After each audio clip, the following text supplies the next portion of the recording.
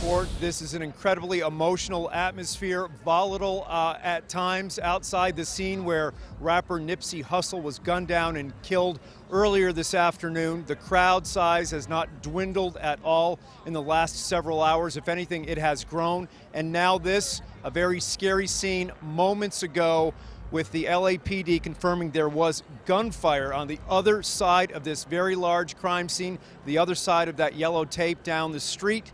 People started to run and scatter and scramble. Now we have an even larger police presence out here and an LAPD chopper overhead with a spotlight circling the neighborhood. Now, as all of this unfolds, people are devastated by the loss of this local hero.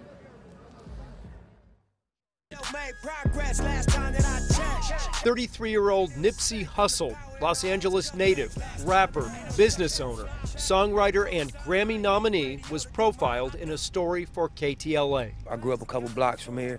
My grandma been in this area, in this community since, decades. But on this fateful Sunday, the description murder victim must be added to his story.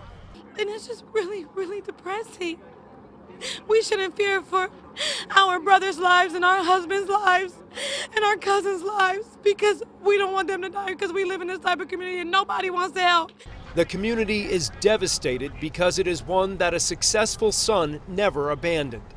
Los Angeles police say around 3:30 p.m., Nipsey Hussle and two other men were standing outside his clothing store in a shopping plaza in Hyde Park, the South LA area.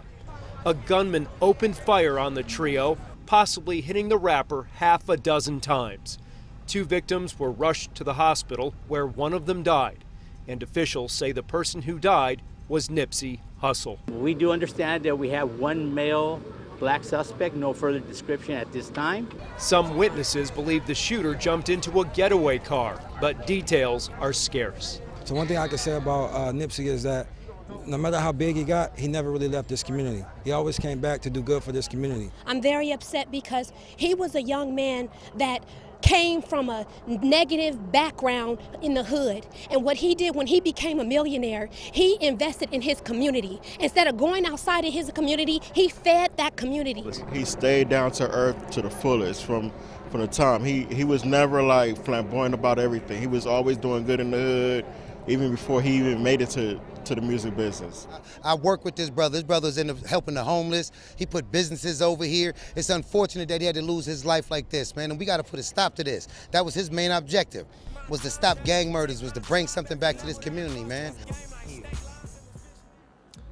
Back here live at a sidewalk memorial, one of several outside the crime scene. Police are looking for more witnesses and surveillance footage in the area. Anyone with information whatsoever should contact the LAPD. We will have more. Another update at 11. For now, reporting live in Hyde Park, I'm Chris Wolf, KTLA 5 News.